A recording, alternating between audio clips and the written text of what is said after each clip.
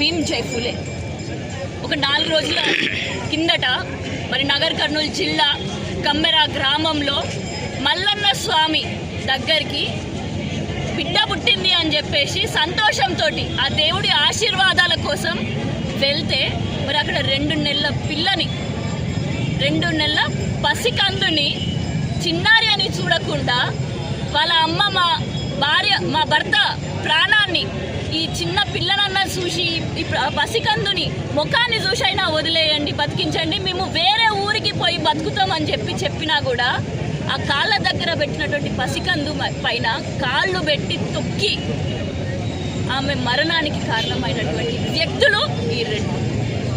అంతటి కుల మతంతో వాళ్ళు ఒక బీసీ బిడ్డని, రజక సామాజిక వర్గానికి చెందినటువంటి ఒక కుటుంబాన్ని కులం పేరుతోటి దూషించుకుంటూ మళ్ళీ వాళ్ళ భార్య ఎస్సీ వర్గానికి చెందినటువంటి వ్యక్తిని కులం పేరుతోటి దూషించుకుంటూ మరి పెద్ద పెద్ద కర్రలతోటి వాళ్ళని కొట్టడానికి కూడా చంపడానికి కూడా ప్రయత్నం చేయడం జరిగింది.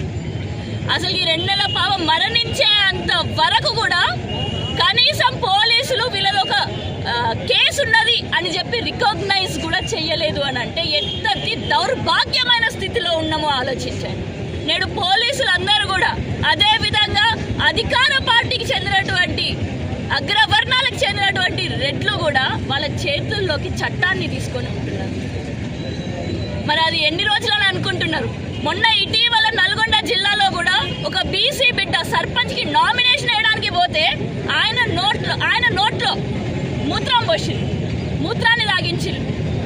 అయినా కూడా కనీసం చెల్లడం కూడా లేదు ఈ ప్రభుత్వానికి.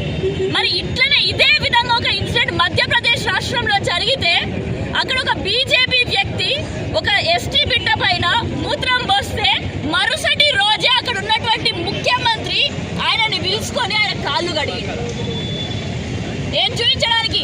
కులాన్ని నిర్మూలిస్తామని చెప్పి చూపించడానికి. మరి మన రాష్ట్రంలో ఉన్నటువంటి ముఖ్యమంత్రి సమాజానికి ఏమని చెప్తామని అనుకుంటున్నారు? ఇన్ని రోజులు అవుతుంది, కనీసం ఒక ఎఫ్ఐఆర్ కూడా ఇప్పటి వరకు దుండగుల పైన పెట్టలేదు అని అంటే ఎంతటి దౌర్భాగ్యం.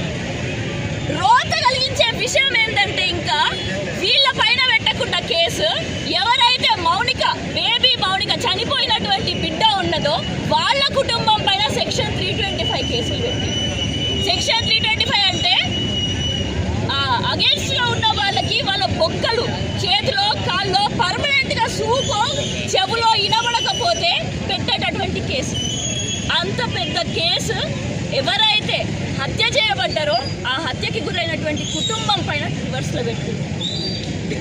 అందుకనే నేడు పెద్దపల్లి పట్టణంలో నేడు బీసీల మందరం, ఎస్సీల మందరం, రజక సామాజిక వర్గానికి చెందినటువంటి వాళ్ళందరూ, లాండ్రీ అసోసియేషన్ వాళ్ళందరూ కూడా మేమందరం కలిసి నేడు బహుజన సంఘాలు, బహుజన వర్గాలు, కార్మిక వర్గాల మహిళలు, చిన్నారులతో పాటు అందరం కలిసి పెద్ద ఎత్తున కొవ్వొత్తుల ర్యాలీ మన చిట్యాల ఆయలమ్మ గారి విగ్రహం దగ్గర నుంచి మరి నేడు జెండా వరకు ఇక్కడికి వచ్చి మరి వాళ్ళకి నివాళులు అర్పించుకోవడం జరిగింది.